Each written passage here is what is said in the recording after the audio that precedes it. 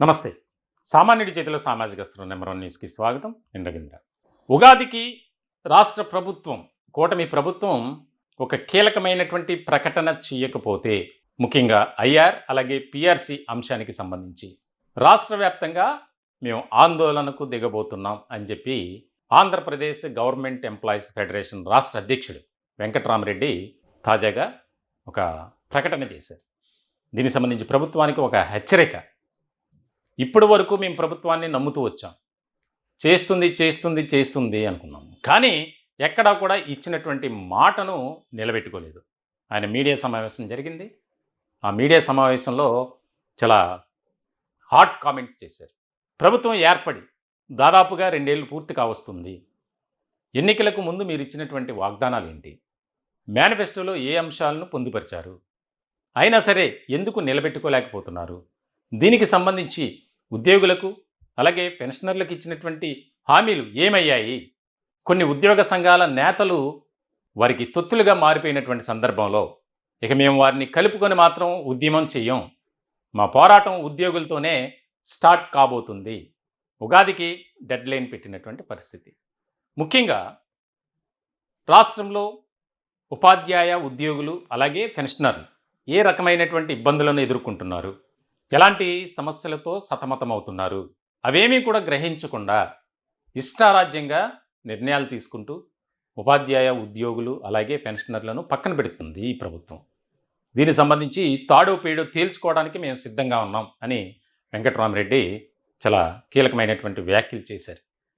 వాస్తవానికి రాష్ట్రంలో ఉపాధ్యాయులు కానీ, ఉద్యోగ వర్గాలు కానీ, పెన్షనర్లు కానీ వారు ఎదుర్కొంటున్నటువంటి సమస్యలు, కూటమి ఎన్నికలకు ముందు ఇచ్చినటువంటి హామీలు, మేనిఫెస్టోలో ప్రధానంగా పొందుపరిచినటువంటి అంశాలు, 5 ఏళ్ల పాటు విధ్వంసకరమైనటువంటి పరిపాలన కొనసాగించిన వైఎస్ఆర్సీపీ మిమ్మల్ని మోసం చేసింది, మాకు ఒక అవకాశం ఇవ్వండి, అధికారంలోకి తీసుకురండి, అధికారంలోకి రాగానే మీకు ఐఆర్ ఇస్తాం, పీఆర్సీ అమలు చేస్తాం, పెండింగ్లో ఉన్నటువంటి డిఏలు విడుదల చేస్తాం, ఇతరేతర ఏవైతే సమస్యలు ఉన్నాయో ఆర్థికపరమైనవి అన్నీ కూడా దశల వారీగా మేము క్లియర్ చేస్తామని చెప్పారు.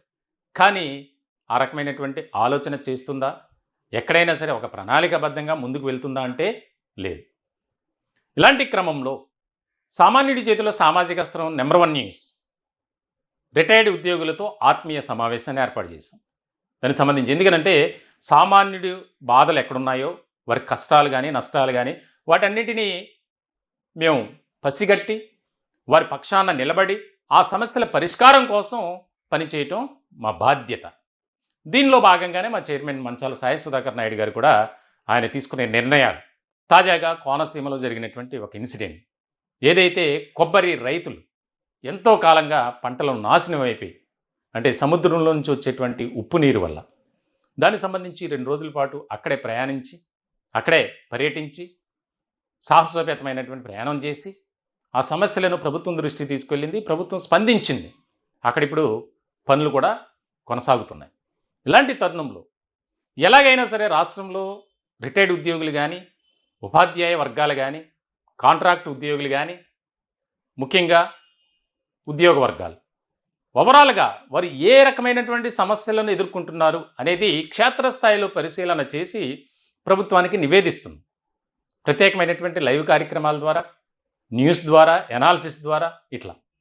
సో ఇటువంటి సందర్భంలో ఉపాధ్యాయులు కానీ, ఉద్యోగులు కానీ, పెన్షనర్లు కానీ, కాంట్రాక్ట్ ఉద్యోగులు కానీ, అవుట్సోర్సింగ్ ఉద్యోగులు కానీ, కాంట్రాక్ట్ నర్సింగ్ ఉద్యోగులు కానీ ఏం పాపం చేశారు? ఎందుకు కూటమి ప్రభుత్వం వారి సమస్యలను పరిష్కరించడంలో, మరి ముఖ్యంగా ఆర్థికపరమైనటువంటివి పెండింగ్లో ఉన్నటువంటి బకాయిలను ఎందుకు క్లియర్ చేయట్లేదు అనేది ఇక్కడ ముఖ్యమైనటువంటి అంశం. దీనికి సంబంధించి వెంకట్రామరెడ్డి ఆయన మాట్లాడారు.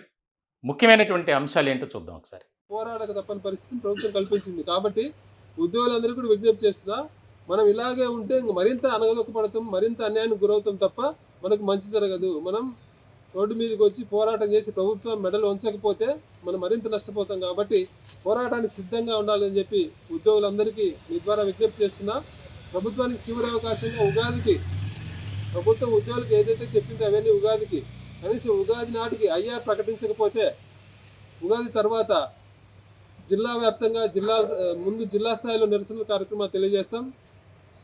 ముందుగా అనంతపురం నుంచి మొదలుకొని అన్ని జిల్లాలు కలిపి జిల్లా స్థాయిలో కార్యక్రమాలు, జిల్లా స్థాయి నిరసనలు తెలిపి అప్పటికి కూడా ప్రభుత్వం స్పందించకపోతే రాష్ట్ర స్థాయిలో విజయవాడలో మహాధర్నా ఏర్పాటు చేసి ప్రభుత్వం దిగి వచ్చేదాకా పోరాటం మొదలు పెడతాం. పోరాడాల్సిన సమయం వచ్చింది, పోరాటం మొదలు పెడుతున్నామని చెప్పడానికి మేము ఈ సమావేశం ఏర్పాటు చేసినాం.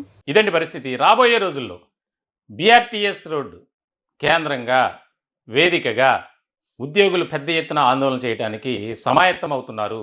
దీనికి సంబంధించి ఆంధ్రప్రదేశ్ గవర్నమెంట్ ఎంప్లాయీస్ ఫెడరేషన్ ఏదైతే ఉందో ఆ ఫెడరేషన్ ఆధ్వర్యంలో ఉద్యోగులందరినీ ఒక ఏకతాటిపైకి తీసుకువచ్చి, ఉద్యోగ సంఘాల నేతలు వచ్చినా రాకపోయినా ఉద్యోగులతోనే మేము ఆందోళన చేస్తామని చెప్పి ఒక ప్రకటన చేసినటువంటి సందర్భంలో మరి కూటమి ప్రభుత్వం ఉగాదికి ఏదైనా ఒక ప్రకటన చేస్తుందా అని కొండంత ఆశతో ఉన్నారు. ఇప్పటికి కూడా పండుగలు వెళ్తున్నాయి, రోజులు వెళ్తున్నాయి, నెలలు వెళ్తున్నాయి, సంవత్సరాలు కూడా గడుస్తున్నాయి. కానీ వీరి సమస్యలు మాత్రం అలాగే ఉన్నాయి. దీనికి సంబంధించి మీరు స్పందించకపోతే ఆందోళన అనేది ప్రారంభం కాబోతుంది. దీన్ని తీవ్రతరం చేస్తాం అని చెప్పి ఉద్యోగులు హెచ్చరిస్తున్నారు. మరి ఏ విధంగా తీసుకుంటుంది కూటమికి? అన్నీ కూడా ముప్పేట దాడిలా ఉన్నాయి.